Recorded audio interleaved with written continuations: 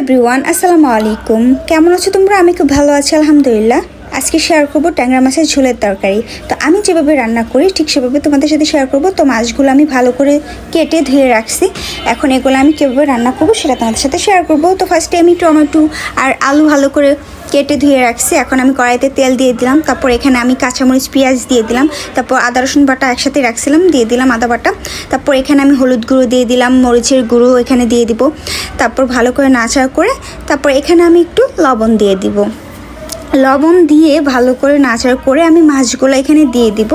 মাছগুলো দিয়ে আমি কষিয়ে নিব। তবে ট্যাংরা মাছ বেশিক্ষণ কষানো যাবে না, তাহলে নরম হয়ে ভেঙে যাবে। অল্প একটু কষিয়ে উঠিয়ে ফেলতে হবে। আমি মাছগুলো উঠিয়ে ফেললাম। মাছগুলো উঠিয়ে এখন এখানে আমি বেগুন কেটে রেখেছিলাম, তারপর আলু কেটে রেখেছিলাম। এখন এগুলা দিয়ে আমি ভালো করে কষিয়ে নিব। তবে অত ভালো কষানো যাবে না, তাহলে বেগুনটা গলে যাবে। মোটামুটি একটু কষানো হয়ে গেলে এখানে আমি পানি দিয়ে দিব। তো আমার মোটামুটি কষানো শেষ। এখানে আমি পানি দিয়ে দিলাম। আর টমেটো সিদ্ধ হতে দেরি হয়, এই জন্য আমি টমেটোটাও আগে দিয়ে দিলাম।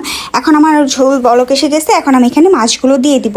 তো মাছগুলো দিয়ে আমি ঢাকনা দিয়ে ঢেকে দিব। আমার মাছগুলো কিন্তু ভেঙে যায়নি, কারণ আমি অত ভালো করে কষাইনি। ভালো করে কষাইলে মাছগুলো ভেঙে যেত।